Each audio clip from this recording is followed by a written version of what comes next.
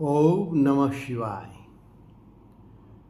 કર્પૂર ગૌરમ કરુણાવતારમ સંસાર સારમ ભુજગેન્દ્રિહારમ સદા વસંતમ હૃદયાર વિંદે ભવમ ભવાની સહિતમ નમામિ.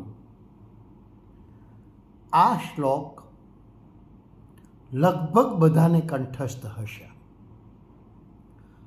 અને લગભગ બધા આરતી પછી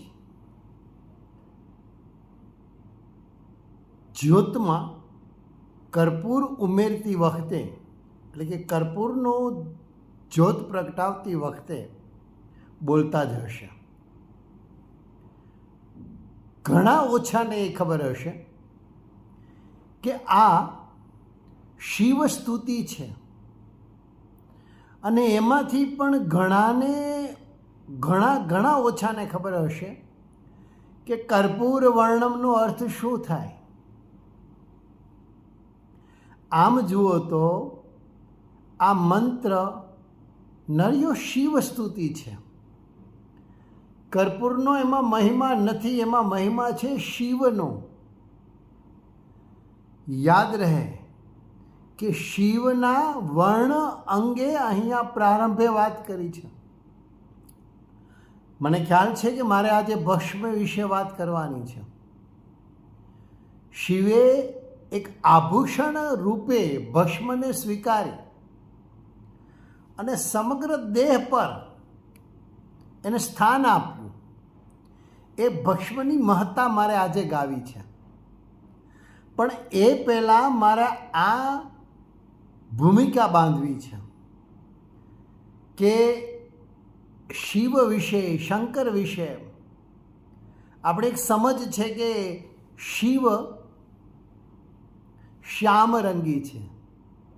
નીલકંઠી ખરા, વિષ ધારણ કર્યું અને કંઠ એનો નીલ ગગન જેવો ઘન શ્યામ રંગી બન્યો અને ત્યારથી નીલકંઠ તરીકે ઓળખાયા. પણ યાદ રહે, શિવના જે 8 રૂપ છે એમાં શિવ રૂપ જે છે એ કર્પૂર વર્ણો છે, ગૌર વર્ણ છે. શ્યામ રંગી નથી શિવ. ફરીથી યાદ અપાવું, શિવના 3 પ્રમુખ રૂપ શિવ, રુદ્ર અને શંકર. એમાં શિવ છે એ ગૌર વર્ણ છે, વ્હાઇટ સ્કિન છે એમની, કર્પૂર જેવું સફેદ રંગ છે એમનો. એટલે અહીંયા પ્રારંભે એ કર્પૂરનો સંદર્ભ લીધો છે શિવ સ્તુતિમાં. કર્પૂર ગૌરમ, દેહ કેવો છે એમનો, વર્ણ કેવો છે તો કે કપૂર સમો ગૌર વર્ણ છે. કરુણાવતારમ, કરુણાના અવતાર છે. સંસાર સારમ, સંસાર રૂપી સાગરમાંથી પાર કરનાર અથવા તો સમગ્ર સંસારનો જે સાર છે, સારરૂપ છે. ભુજગેન્દ્રહારમ, ગળામાં શેષનાગ રૂપી સર્પોનો હાર ધારણ કરેલો છે. સદા વસંતમ, આ વસંતનો અર્થ પણ વસંત ઋતુ નથી થતો. સદા વસંતમ હૃદયારવિંદે, તમે સદા મારા હૃદયમાં વાસ કરો. વાસ કરો, વસંતે એટલે વાસ કરો. કોણ? એકલા નહીં, સપરિવાર. જુઓ, ભવમ, હે ભવમ એટલે કે હે શિવ, 8 નામમાંનું આ એક નામ બીજું અહીંયા આવે છે, ભવ. ભવમ ભવાની સહિતમ, તમે ભવાની માં ઉમિયા દેવી પાર્વતી સાથે મારા હૃદયમાં વાસ કરો. હું તમને વંદન કરું છું. ભવમ ભવાની સહિતમ નમામિ. આ શ્લોક મારે પ્રારંભે એટલા માટે ઉલ્લેખવો પડ્યો કે ભસ્મ અંગે સ્મશાનની ચોળી આપણે ગાઈએ છીએ, સંગે રાખો સદા ભૂત ટોળી.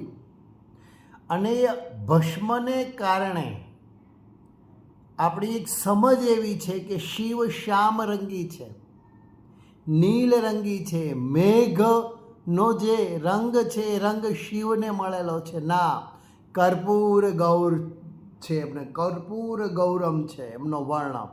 આ યાદ રહે. બીજી વાત મારે એ પણ કહેવી છે, ભલે ભુજંગ ગલે હોય, ભલે મુંડમાલા ગળામાં હોય, ભલે ભસ્મ ચોડતા હોય, પણ સુવર્ણ હેમ હિરણ્યથી સેજ પણ, તેજસ્વીતાથી સેજ પણ મારો શિવ ઉતરતો નથી. શિવના જે થોડા નામ છે, ખાસ કરીને શિવલિંગની પ્રતિષ્ઠા થાય ત્યારે શિવલિંગોના નામોચ્ચાર થાય છે. એમાં 2-4 નામ તમને કહું, તમને ખ્યાલ આવશે.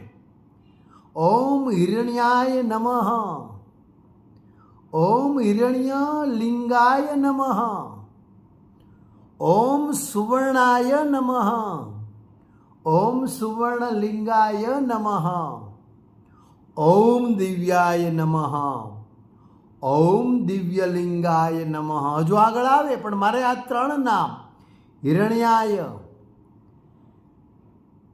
સુવર્ણાય, દિવ્યાય, કંચન દેહ છે મારા શિવનો. એ શિવ પરથી જે બીજો એક અવતાર, જેને આપણે રુદ્રનો અવતાર કહીએ છીએ, હનુમાનજી પણ એથી કમ નથી, આપણે જાણીએ છીએ. સુવર્ણ રૂપા હનુમાનજી, કંચન બરન બિરાજ સુવેશા, આમ કહીએ છીએ. હનુમાનજી માટે પણ કંચન બરન બિરાજ સુવેશા. એ હનુમાનજી પણ કંચનવન સુવર્ણ રંગી છે. મારો શિવ પણ સુવર્ણ રંગી છે. મારો શિવ પણ દિવ્ય તેજ સભર છે, હિરણ્ય સમો છે. સદાશિવ, સદા કલ્યાણકારી. આ શિવ માટે તમને બીજા જે મંત્રો મળે છે, મારે ભસ્મની વાત કરવાની છે, મને યાદ છે, પણ ભસ્મ લગાડતા શિવ વિશેની એક ગેરસમજને મારે સુધારવી છે. ઓમ નમો હિરણ્ય બાહવે, હિરણ્ય વર્ણાય, હિરણ્ય રૂપાય, હિરણ્ય પતયે. આ શું છે બધું? હિરણ્ય, તેજસ્વીતાથી સભર, જેમના બાહુઓ છે, જેમનો વર્ણ હિરણ્ય વર્ણ છે, અને જે સ્વયં હિરણ્યનું રૂપ છે, સુવર્ણ રૂપ છે, તેજસ્વીતાનું સ્વયં પ્રતીક છે, એવા શિવની વંદના છે. નમો નમઃ ઉમાપતયે પશુપતયે નમો નમઃ. આ નમન થયું છે. આમ એટલે હિરણ્યથી અલંકૃત એવા બાહુ, હિરણ્ય સમાન તેજસ્વી અંગ ધરાવતા અને હિરણ્ય સમાન દુર્લભ વેદના વર્ણો જેમનાથી ઉત્પન્ન થયા છે, એવા હિરણ્ય રૂપ, તેજોમય રૂપ એવા સ્વયં શિવની વંદના આ અર્થમાં થઈ છે. એટલે મારો શિવ, મારો ભોળિયો શ્યામરંગી છે. એક ખ્યાલ નીકળી જાય. હા, મેં તમને કીધું, શિવ કર્પૂર વર્ણમ કરુણાવતારમ. કર્પૂર ગૌરવર્ણ છે, રુદ્ર રક્તરંગી છે, શંકર શ્યામરંગી છે. આ યાદ રહે. ભસ્મ તો આપણને ખબર છે, અંગે ભસ્મ સ્મશાન નિચોળી, સંગે રાખો સદા ભૂત ટોળી. હરખથી આપણે ગાઈએ છીએ. મંત્રની અંદર, સ્તુતિઓની અંદર પણ આ ભસ્મનો ઉલ્લેખ થતો આવે છે. વંદે ભસ્મ કૃત ત્રિપુંડ જટિલમ.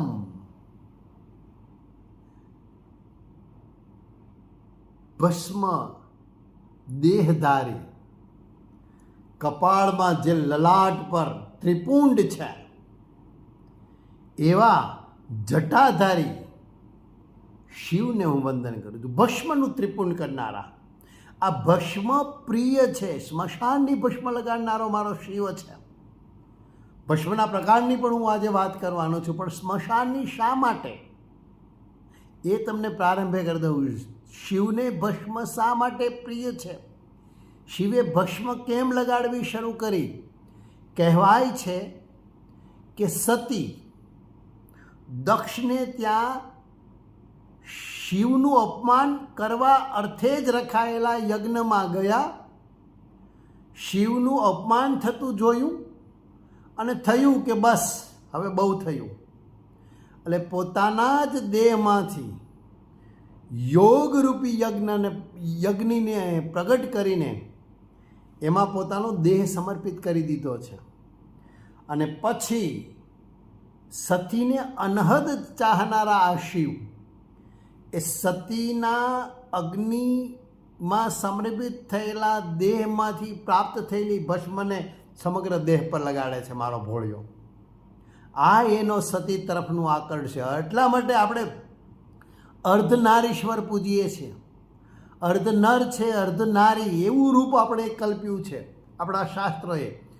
ત્રિપુંડ છે પણ એ ભસ્મનું છે, ત્રિપુંડ છે પણ એ ચંદનનું છે, ત્રિપુંડ છે એનું જે વૈવિધ્ય છે એની વાત આપણે સામે પણ જોઈએ છે. નાગેન્દ્ર હારાય ત્રિલોચનાય ભસ્માંગ રાગાય મહેશ્વરાય.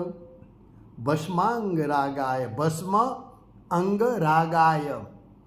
રાગ છે, અનુરાગ છે ભસ્મ પર, દેહ પર લગાડવાનો, એટલે અંગ પર ભસ્મનું જે લેપન કરે છે એવા શિવની નકાર જેનો પ્રારંભ છે તસ્મે નકારાય નમઃ શિવાય.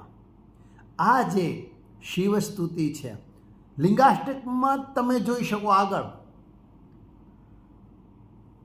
સર્વ સુગંધિ સુલેપિત લિંગમ, ભસ્મ જ નહીં સર્વ પ્રકારના સુગંધી દ્રવ્યોનું લેપન શિવને થાય. યાદ રહે આપણે એમ કહીએ છીએ કે એક લોટા જલકા અને મારો ભોળિયો રીઝી જાય તરત. સાચી વાત છે, પણ માત્ર ધતુરાનો ફૂલ કે પછી બિલ્વનો એક પત્ર કે પછી ભસ્મ કે જળનો એક લોટો એથી રીઝનારો આ શિવ અધિકારી તો 16ઉપચારનો છે. એથી આગળ વધીને કહેવું તો કહી શકાય કે રાજોપચાર. હા, શિવ પુરાણમાં અનેક વાર ઉલ્લેખ આવે છે. રાજોપચાર વિધિથી શિવની પૂજા થઈ હોય. એક રાજાની જે પ્રકારે પૂજા થઈ સુવર્ણથી, રજતથી, મૌતિકોથી અહીંયા અને સર્વ સુગંધી દ્રવ્યોથી. સર્વ સુગંધી સુલેપિત લિંગમ છે. સર્વ સુગંધી દ્રવ્યનું લેપન મારા શિવને કરવામાં આવે છે. એ જ લિંગાષ્ટમમાં આગળ પણ કહે છે કનક મહામણિ ભૂષિત લિંગમ. કનક મહામણિ ભૂષિત લિંગમ. કનક એટલે સુવર્ણ, મહામણિ એટલે એવું મોતિક, એવું મોતી, એવો મણિ કે જેનાથી મારા શિવ પૂજાય છે. એની પૂજા આ રાજોપચારથી પણ થાય છે. આગળ આવે છે કુમકુમ ચંદન લેપિત લિંગમ. કુમકુમનો એક અર્થ આપણે ત્યાં કેટલાક લોકો એવો કહે છે કે શિવને કુમકુમ વર્જ્ય છે. શિવલિંગ ઉપર કુમકુમનો એક અર્થ ચોક્કસ થાય છે કંકુ. અને આ કંકુ હળદર અને પારો મર્ક્યુરી એનું મિશ્રણ કરીને એક બનાવેલું રાતું ચૂર્ણ જેને આપણે કંકુ કહીએ છીએ અને ચંદન કરીએ છીએ. શિવને ચોક્કસ એ કંકુ નથી ચડતું, પણ કુમકુમનો એક અર્થ શાસ્ત્ર કેસર પણ કરે છે. અને મારા શિવ માટે કેસર વર્જ્ય નથી. એટલે અહીંયા કુમકુમનો અર્થ કેસર થાય છે. કેસર અને ચંદનથી લેપ થાય છે શિવલિંગને. કુમકુમ ચંદન લેપિત લિંગમ એટલે માત્ર ભસ્મ જ નહીં. કોઈને એમ કે ભાઈ આ કોણ શિવ એટલે સ્મશાની ભસ્મ લગાડનારો, ગળામાં ખોપરીઓની માળા પહેરનારો, સર્પોના આભૂષણોથી સજ્જ અને માથે જેની જટા વધી ગઈ છે એવો એક સાધુ. જેનો જન્મ, જેના માતા પિતા નથી, જે અજન્મા છે, સ્મશાનમાં વાસ કરે છે, પણ એમની પૂજા અનેક ઉપચારોથી થાય છે. ષોડશોપચાર તો ખરા જ, સુગંધી દ્રવ્યો, મૌતિકો, કનક કહેતા સુવર્ણથી મારો શિવ પૂજાય છે. આ મારે વાત કરવી છે. અને હવે વાત હું ભસ્મ પર આવું છું.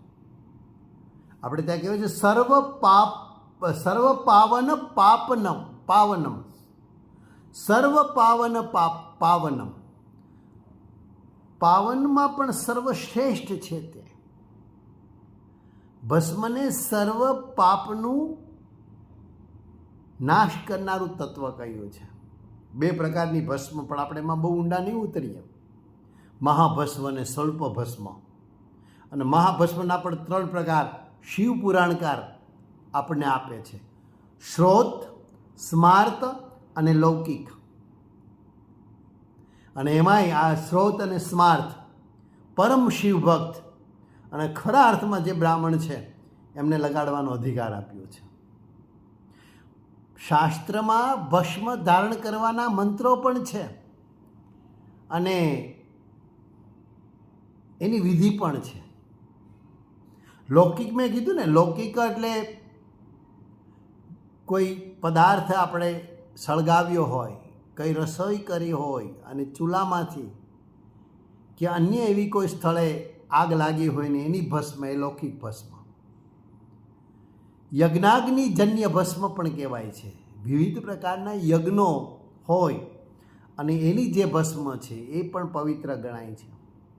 ગાયના છાણ અને એના પછી છાણા એને પ્રગટાવી અને ભસ્મ જે મળી હોય, આગ્નેય ભસ્મ, એ પણ ઉત્તમ કહેવાય છે.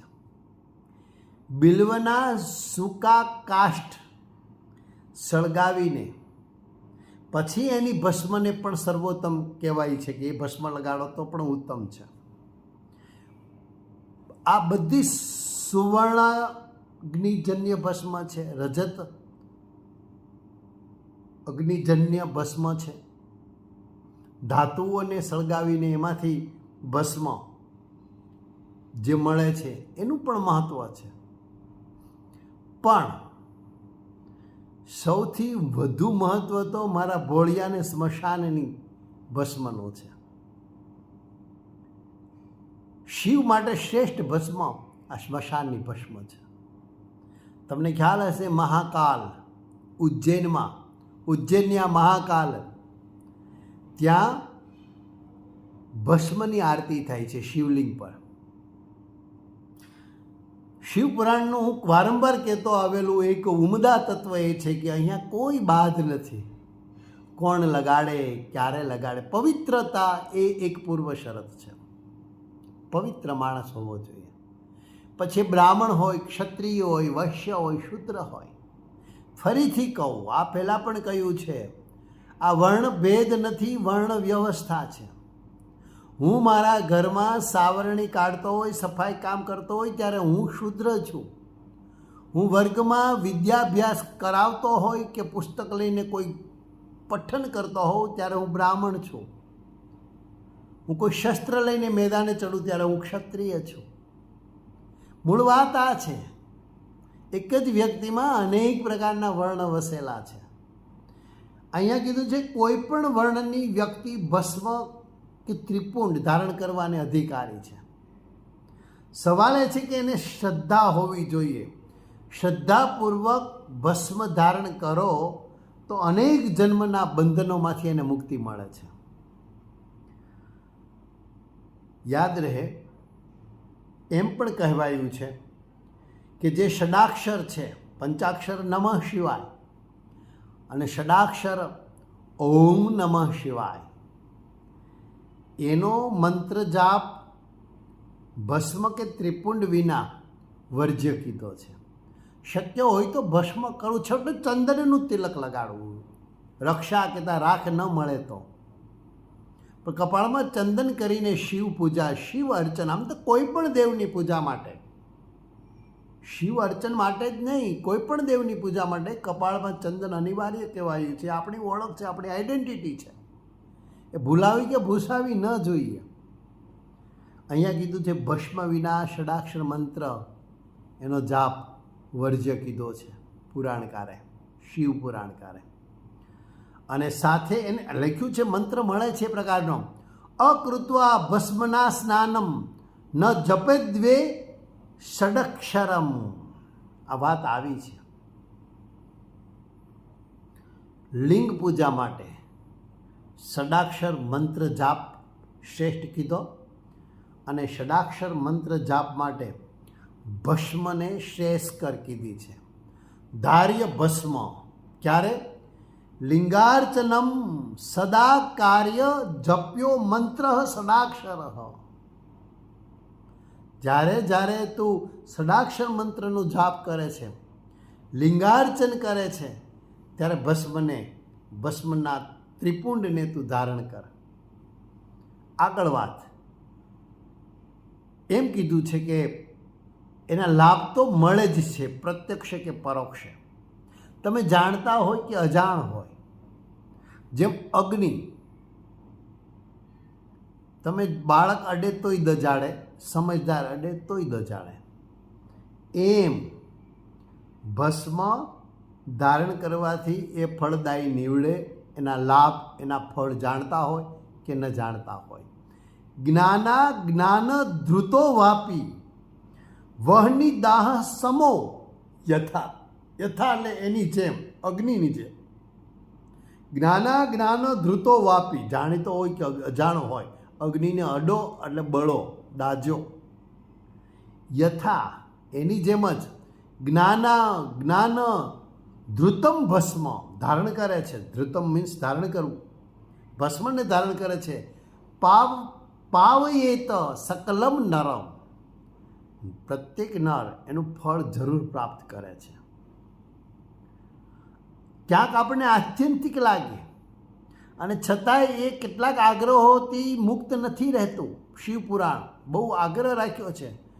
એમ કહે છે કે માણસે ત્રિપુંડ કે ભસ્મ કર્યા વિના શિવ જાપ તો ન જ કરવો, પણ કોઈ વ્યક્તિ ત્રિપુંડ ન કરતો હોય, ભસ્મ ન કરતો હોય, તિલક ધારણ ન કરતો હોય, તેના ઘરનું અન્ન અને પાણી પણ ત્યાજ્ય કીધું છે, વર્જ્ય કીધું છે. અને જો લેવાઈ જાય તો ગાયત્રી મંત્રથી એનું પ્રાયશ્ચિત પણ સૂચવ્યું છે. શિવ પુરાણ આ વાત બહુ ગંભીરતાથી કરે છે. ત્રિપુંડની નિંદા એ શિવની નિંદા છે, કારણ કે ત્રિપુંડ એ શિવનું પ્રતીક છે. અને ત્રિપુંડને ધારણ કરવો એનો અર્થ છે કે શિવને તમે ધારણ કરો છો. ત્રિપુંડમ એવી નિંદંતી શિવમેવતે ધારયંતી ચયે ભક્ત્યા ધારયંતી તમેવ તે. શિવને ધારણ કરે છે. ભસ્મ નિંદા, ત્રિપુંડ નિંદા એ શિવ નિંદા બરાબર છે. અને ભસ્મનું ધારણ કરવું એ શિવ ધારણ કરવા તુલ્ય છે. આ વાત કરે છે. બ્રહ્મચારી માટે, ગૃહસ્થો માટે, વાનપ્રસ્થો માટે, સ્ત્રીઓ અને પુરુષો માટે, બ્રાહ્મણ, ક્ષત્રિય, વૈશ્ય અને શૂદ્ર માટે ભસ્મને ખુલ્લી મુકાઈ છે. સર્વે વ્યક્તિ માટે. સવાલ એ છે કે એ વ્યક્તિ પવિત્ર હોવો જોઈએ, અને બીજું ભસ્મમાં એને શ્રદ્ધા હોવી જોઈએ. બ્રહ્મચારી ગૃહસ્થો વા વાનપ્રસ્થો અથવા યતિહી બ્રહ્મ ક્ષત્રાશ્ચ વિટશુદ્રાસ્તથાન્યે પતિતાધમાહા. એમ કહીને સર્વભોગ્ય, સર્વ માટે અધિકૃત એવી આ ભસ્મની વાત કરીને એનું મહત્ત્વ પ્રસ્થાપિત કર્યું છે. આપણે ત્યાં સ્નાનની વાત આવે ને ત્યારે આપણને એક જ જલ સ્નાન યાદ આવે છે. શિવ પુરાણ 4 પ્રકારના સ્નાનની વાત કરે છે. પહેલું જલ સ્નાન. તમે મળ આદિ ક્રિયા કર્યા પછી જલ સ્નાન કરવાથી દેહ પવિત્ર થાય છે. જલ સ્નાનમ મલ ત્યાગે. બીજું સ્નાન ભસ્મ સ્નાન કીધું છે, એ સદા પવિત્ર કીધું છે. ભસ્મ સ્નાનમ સદા શુચિ, સદાને માટે પવિત્ર એવું ભસ્મ સ્નાન છે. ત્રીજું સ્નાન મંત્ર સ્નાન કીધું છે. કોઈ મંત્ર તમે પઠન કરો છો ને એટલે મંત્ર સ્નાન કરી રહ્યા છો. પાપ નાશક કીધું છે, પાપ હારી કીધું છે. મંત્ર સ્નાન હરિત પાપમ. અને ચોથું સ્નાન જ્ઞાન સ્નાન કીધું છે. કોઈ કથા કહેતું હોય, કોઈ સરસ મજાની પુરાણ કે વેદ આધારિત એવા જીવન વ્યવહારની સદાચારની વાતો કરતું હોય તો એ જ્ઞાન સ્નાન, તમે જ્ઞાનથી સ્નાન કરી રહ્યા છો. એને તો પરમ પદ આપનારું કહ્યું છે જ્ઞાન સ્નાનને. જ્ઞાન સ્નાને પરમ પદમ એમ કહીને આ 4 પ્રકારના સ્નાનની વાત શિવ પુરાણકાર કરે છે. તમામ તીર્થોમાં સ્નાનથી જે પુણ્ય મળે છે, જલ સ્નાનથી, એ પુણ્ય ઘર બેઠા ભસ્મ સ્નાનથી મળે છે. સર્વ તીર્થેષુ યત પુણ્યમ સર્વ તીર્થેષુ યત ફલમ તત્ફલમ સમવાપ્નોતિ ભસ્મ સ્નાન કરો નર. અહીંયા નર એટલે માત્ર પુરુષ નહીં, નર એટલે માનવ જાત માત્ર. નર અને નારી બંનેનો સમન્વય થઈ ગયો છે. કારણ કે શિવ છે ને એ આવી જુદી વાત ન કરે, કારણ કે સ્વયં અર્ધનારેશ્વર છે. માટે ત્રિપુંડ, હવે ત્રિપુંડની જે વાત કરવાની વાત આવે છે ત્યારે તમને ખ્યાલ આવવો જોઈએ કે આ ત્રિપુંડ છે શું, કઈ રીતે કરવો. તો યાદ રહે, જમણા હાથની 2 આંગળી, પ્રથમા છે આ મધ્યમાં, આ અનામિકા.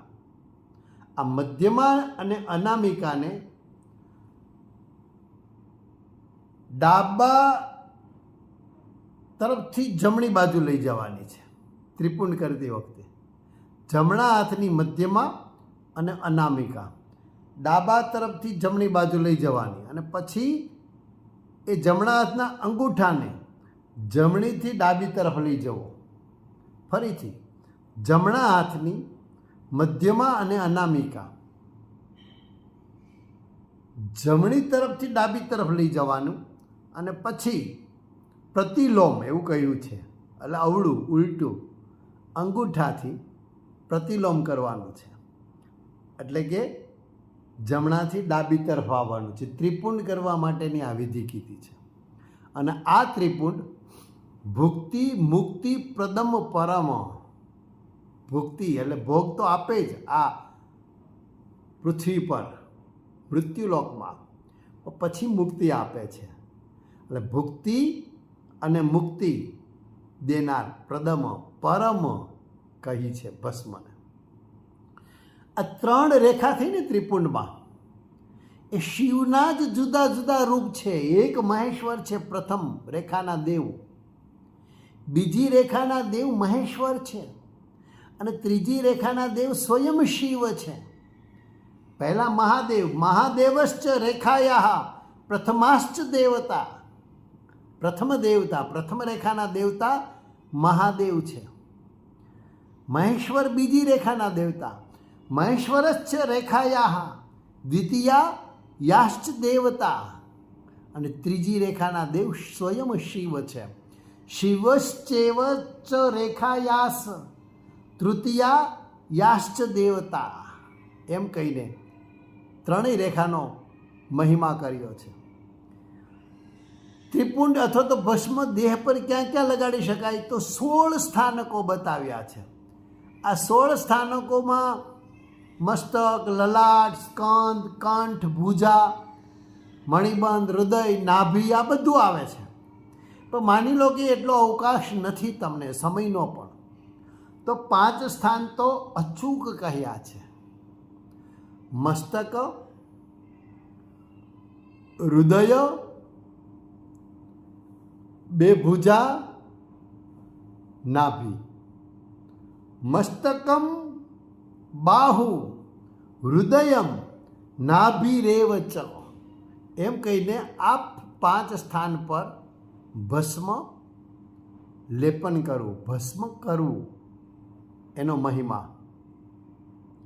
તો આ શિવ કહેતા ત્રિનેત્ર, શિવ કહેતા ત્રિગુણ, શિવ કહેતા ત્રણ વેદના મૂળ એવા પરમ તત્વ, પરમ શિવનું સ્મરણ આ ત્રિપુંડ સ્વયં છે. છેલ્લે પૂર્ણાહુતિ કરીએ એ મંત્રથી.